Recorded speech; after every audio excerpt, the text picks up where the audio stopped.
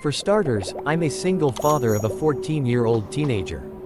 His mother unfortunately passed away during childbirth, and so I was left with my biggest sorrow and joy at once. Raising him all alone has been quite the task, but I've received a lot of help and pointers from both my parents and my late wife's parents. Jason is a good kid, he has good grades, is respectful and understanding and doesn't try to make my life living hard, like I hear some other parents of teenagers explain. One persistent problem throughout his life has been sleep. He has always had difficulties with sleep, first when he was just a baby, then a preschool kid, school, and even now, a teenager, experiencing the exact same problems. We've been to the doctors, and they've told us he has insomnia, and I believed it, until recently. He came into my room at around midnight 3 weeks ago and woke me up, although I wasn't actually sleeping yet. "Dad, I can't sleep," he said, and he looked scared, almost terrified. I could tell by his faint shaking, and the way he held himself. "What's wrong, buddy?" I asked him, and he glanced at the now shut door and flinched. "It's just..." He was tapping his fingers on his crossed arms. He didn't look embarrassed or afraid to tell me like he had been numerous times before, when he broke something, or misbehaved. This time he looked almost confused, unable to formulate the words. "There's always a dark figure in my room. Just watching me while I sleep. I can feel his eyes on me." His voice was shaky, I could see the tears forming in his eyes. He was completely terrified, and he fell right into my arms, starting to sob. Now normally any parent would just believe it to be a bad dream, but I thought of the worst, that there's an intruder. After he calmed down enough, I told him that I'd go look in his room and check. So like in horror movie fashion, I picked up a large kitchen knife, and tiptoed all throughout the apartment, seeing if there are any intruders or evidence of a break-in, and in the end I found nothing. Peculiarly though, his closet door was cracked open. As I was walking back to my bedroom, I heard him scream my name, and I ran inside with my knife at the ready. He was here. Jason was pointing with his finger to the darkest corner of the room, sobbing uncontrollably. In the end, I found no one and nothing, and he slept with me that night. This thing kept occurring every other day where Jason would come to my room and just shake, and every single time he'd say that this dark thing is stalking him, getting closer each night. By the end of the week he'd just sneak into my bed by himself, without waking me, and I'd find him there in the morning. 2 weeks ago, I ordered a cheap set of simple security cameras, and put them up around the apartment while he was at school, including one in his room. Yes, I know teenager privacy matters, and I really shouldn't put cameras around the apartment, let alone his room, but I needed to get to the bottom of this thing that's happening. And I planned on taking them down after a week or two. The next morning I found Jason huddled up next to me in my bed again. It was a Saturday, so I had no work and quietly slid out of bed as to not wake him and made a coffee while turning on the laptop. I shuffled through the cameras and the recorded footage. The quality wasn't the best, but the cameras were cheap, so what did I expect? Jason's room was mostly quiet all night. From the moment he got into bed, until the moment he got out and came to my room, he didn't move once, not a single moment. I tried enhancing the footage, making it brighter, to see the darkest corners of the room, but it still was too dark. When I rewatched the sped-up footage for the third time I finally noticed something. While Jason was in bed his closet was closed, and shortly after he left, his closet cracked open just slightly. I found the exact moment it happened, around 2 minutes after he left. I slowed down the footage, and the closet opened by itself, even I was scared now. I went on Amazon right away and ordered night vision cameras, which cost a small fortune. The next 2 days, I continued observing the footage. The second night Jason never came to my room, and he never moved from his sleeping position until I woke him. His closet also remained shut on the second day, however during the first day, after he left, it cracked open again shortly after. Once the new cameras arrived, I installed them in his room again, and rewatched the footage the following morning. Jason stayed up very late that night, almost to 2 a.m., and he never went to bed in his room, he came straight to mine. This time, I watched the closet with such intensity that I thought even I could open it just by thinking about it, and sure enough, 2 or 3 minutes later, it cracked open. I zoomed in as much as possible, and slowed down the footage, and that's when I saw it. A shadow moved across the room in a split second, and past the closet. In the next split second, the closet cracked open. I slowed it down even more, rewatched it again and again, I couldn't make out the figure, it was simply a blob of a shadow. I sighed and went to my room to wake up Jason. Those last days I had to wake him up, because he'd sleep in for as long as he could, and even after sleeping for 12 plus hours he'd still look tired, bags under his eyes. The next night was the last night Jason was awake. I woke up with him sleeping beside me as was usual these past few weeks. I slipped out quietly, not that it mattered, and went on with my morning routine of coffee and watching through the footage. He stayed up late again, 3 a.m. I considered scolding him for staying up so late on a school night. As I shifted through the footage, strangely though, the closet door never cracked open during the entire night. I coincidentally decided to look through the old cameras that still were set up everywhere else, including my room. And that's when my jaw dropped and I saw it. Clear as day, a shadow of a skeletal hand hovering right above my son, on the wall behind him, the entire night. I ran to my room and tried to wake him gently as I did every morning, but he didn't budge. Then I tried violence. I shaked him and screamed at him to wake up. He didn't. I called the ambulance having nothing else left to do. He was diagnosed in a coma. I kept watching those recordings again and again, dating back weeks ago, and I found something even more horrifying. Every night as Jason came to my room to sleep, the shadow followed him. I watched through multiple cameras as the shadow sped from his room, to the hallway, to the kitchen, and then into mine, all within a couple seconds, and then there, in my room, it loomed right over him, getting closer and closer every single night. I don't know how to describe it, it's unlike anything I've seen before, a shadow, but so dark, so black, that the darkness of the room illuminated it in a strange way. This brings me to last week's and today's events. I, too, have started feeling a presence. I, too, have started seeing the shadow looming, at the corner of my eye, and I, too, have started having it inching closer to me as I sleep, every single night. I frantically put together a timeline today, and judging by it, today is the last day I'll be able to wake up on my own, which means unless I'm awoken tomorrow, I won't wake up again. I drove to my parents' house today and am going to spend the night here. They have very specific instructions to wake me. I want to see if this thing will follow me all the way here too, and I still need to figure out how to wake up my son, and figure out what this thing did to him. I never once tried explaining to them what I had seen, or experienced. I knew they wouldn't understand. They wouldn't even try to understand. They were always big skeptics of the unknown, always thinking there's a logical explanation to everything, and in this case there was one too, even if there wasn't. My parents woke me up at 1 p.m. They thought I'd wake up by myself, but I didn't. I startled awake to my father's worried face peering down into my eyes. "I thought you wouldn't wake up," he had said in a concerned tone, then cleared his throat and started walking off. "Go shower." I got up, feeling like I hadn't slept at all. My body was completely exhausted. I felt different, almost like something was missing, a big part of myself. I tried to remember what I even was doing in my parents' house in the first place. Then I remembered setting up my phone to film me. I remembered the shadow, but I couldn't remember why I tried to film it. The footage captured by my flimsy phone camera, with no way to properly enhance it, was useless to me, and it didn't film anything noteworthy. I decided to check my phone and found thousands of your notifications, and my post from that Friday. That post that I don't remember writing. Jason. A son. I have a son. What? Questions flooded my mind as I read and reread the words I didn't recall writing. I frantically drove back to my apartment, not really sure what I was looking for. I explored every room, and found my parents' son room.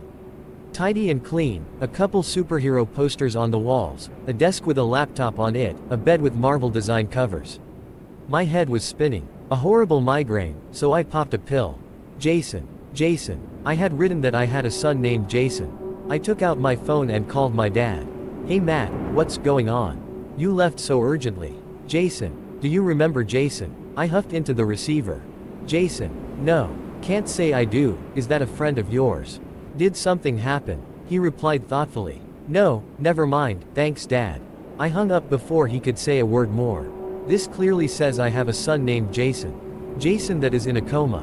I went through my phone. There were no pictures of a 14-year-old boy anywhere on there. I looked all around the house, no photo albums, absolutely no evidence of him ever existing here besides a child's seemingly untouched room. My heart was aching, my head was spinning, the feeling of missing something, but not knowing what it is, like it's at the tip of your tongue, it was unbearable. I found a death certificate of my wife and carefully read through. It clearly said that she passed while giving childbirth. So where is the child? Why can't I remember him? I remember her clearly. I rummaged through the house, making a total mess of it all, but in the end I found nothing, no birth certificate, no old documents, or teacher's notes, or doctor's appointments. I collapsed on the couch in the living room feeling exhausted, my eyes heavy. But something was tugging at the back of my head to not sleep. So I picked up my laptop instead, and that's when I rediscovered the camera footage I talked about last post. I saw him, I clearly saw my son, Jason, who I didn't remember, climbing into my bed at 3 a.m. I saw the shadowy thing or figure, his skeletal hand hovering above him. Then going forward until the morning I saw myself screaming and shaking him awake, but he never woke up. I rushed to the hospital. I thought I might have left him in, I needed to see him. Jason, I need to see Jason. I said to the receptionist, out of breath. Jason, I don't think we have a patient named Jason here. The young lady replied, not looking up to me. A 14-year-old boy in a coma. I questioned. Oh, his name is Jason. Are you a guardian? What? I whispered under my breath. I'll need to see some ID, please. She continued. I pulled out my passport and handed it to her. Do you have his ID as well? I stuttered. I don't. Then I'm afraid I can't let you see him. She finally looked at me, looked into my eyes, with this regretful look. Look, wait, I have proof he is my son. I have videos of him living in my apartment. Let me go get my laptop from my car. I said, and before she replied I scurried away. And would you believe it, my laptop, it was gone. There was literally no evidence of any break-in into my car. I didn't go back in there was no point. I took out my phone and read the post again. I needed to make sure I wasn't going insane. It sure felt like I was. How is it possible to forget you have a child? How is it possible the rest of the world forgets it too? I saw a couple of direct messages, one of them caught my interest. I know what you're dealing with. It might have as well been a troll, but I had nothing to lose, so I wrote back. Please help me. I drove back to my apartment, thinking of sleep the entire way there, but a voice at the back of my mind kept telling me not to.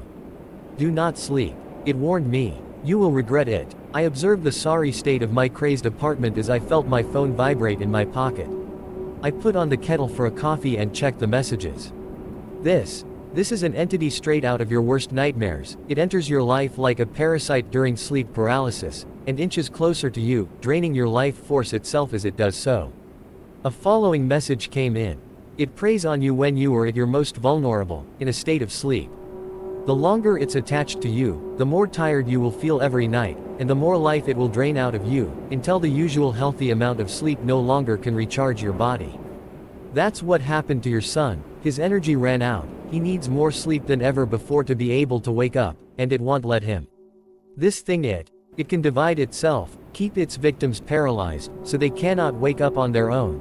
And once you're weak enough, they can't be woken up by anyone else either. It'll continue draining on him until the day he dies. This is absolutely crazy. I recall this shadow, this eerie feeling of someone constantly watching me, and I also wrote about it in my last post. What's it called? I asked, and then right after, and how did it erase someone from existence? It's complicated. I'll give you an address, come there and no matter what, don't sleep. I put in the address into the GPS, and it's a 1.5 hour drive. I stocked up on coffee and got into my car straight away. The entire drive there I felt the presence at the back of my neck, and I could see slight shadows moving at the corner of my eye, but when I looked towards it, everything was as still as ice. After the excruciating 1.5 hours were over, I sent the mystery man a message. I'm here. The address was of an old, almost abandoned looking house. I stepped out of my car and headed to the front door. Before I could knock, it swung open and an elderly, homeless-looking man with a long dirty beard and grayed-out hair stood there, looking me up and down. Sir, I asked, and he motioned for me to come in. The inside of the house was nothing like the outside. It was clean and tidy, and every nook and crevice was lit up with blinding light. They can't exist where there's no shadow, he had said, as if expecting my question. Every piece of furniture was made out of see-through glass. There was not a single object that would cast a shadow, besides us two, and even then the lights took our shadows out. He motioned for me to sit on the ground. Try to straighten out, Nalo no shadows to be cast by your body. I sat down with my legs stretched out and my arms besides me, and he sat across from me, mirroring my position. He looked at me for a long moment, and I was having a hard time concentrating, the lights were unbearably bright. As I was about to speak, he did so first. It has no name. He looked wishfully to the ceiling, and then continued. There are many that visit you in your sleep, some good, some bad. Sleep paralysis is a logically explained occurrence of your mind being awake, but your body not. However, it's not as simple as that. It's not that your mind is awake, your mind is between being awake and being asleep, that in between is where these demons lie in wait, in the darkness. Most can only scare you, they can't cause any harm, but there are few, like the one on your hands, that can cause a lot of hurt. How do you get rid of it? I asked in disbelief. He motioned with his hands to the house. Once he lets himself in, only light can keep him away from you. Do you not sleep? Still being sore from the long drive here, I instinctively crossed my legs. The man looked at me with such intensity that only my father gave me when I misbehaved as a child. Don't make shadows, he warned again, and I uncrossed my legs. I do, he explained. I sleep in bright light. Over time, its connection to you grows faint, it eventually losing interest in you. How did it erase the existence of my son? I asked after a long moment. I can't remember him at all. Jason, was it? He said, and with a nod continued. That I do not know, this thing doesn't have that kind of power, which means you might have more than one of these things on your hands. His eyes widened as he stood up. I can't tell you any more, you need to leave now. Why did you even invite me here? It doesn't matter anymore, I answered enough questions. Make sure there's not a single shadow in your home if you wish to survive, and I'm sorry for your son, but it seems like he's too far gone. After he basically threw me out, I sat in my car for a long moment. I decided that I wanted to see my son. I started the car up and drove all the way back and into the hospital's parking lot. By the time I was back it was 11 p.m. again. A new receptionist sat at the desk, and I tried to explain my situation as logically and best as possible. So please, just let me see him, even through a window is fine. She looked at me with a conflicted expression. Fine, you only get 5 minutes. She led me to his room, and there he was, the boy from the videos, laying there, in darkness. I observed him through the window, wishing to remember all that he once meant to me. A shadow moved at the corner of my eye, and I followed it. A dark silhouette was in the room with my son, as if hiding itself in the corner. Hey! I screamed, and the receptionist came running back. There's someone in there. She rushed into the room and turned on the light, and I was right behind her. There was nothing there. She sighed a sigh of relief. You need to go, sir. No, please, you have to believe me, there was this shadow, I saw it, I swear. Calm down, sir, there's nothing in the room. That's when my emotions burst and I just started crying. The receptionist led me back to the lobby and I just sat down and sobbed. After all my tears dried up, I got back on my phone and looked at the Reddit post again. Then I decided to ask for help with an update, if anyone knows how to make the world remember, how to make myself remember of his existence, please, for the love of God tell me. I can see the nurses sharing hushed whispers as I sit here in the lobby writing this. Chances are they'll kick me out, or worse yet, lock me up. My name is Matt. If it takes me, please don't forget me like I forgot him. I want to remember.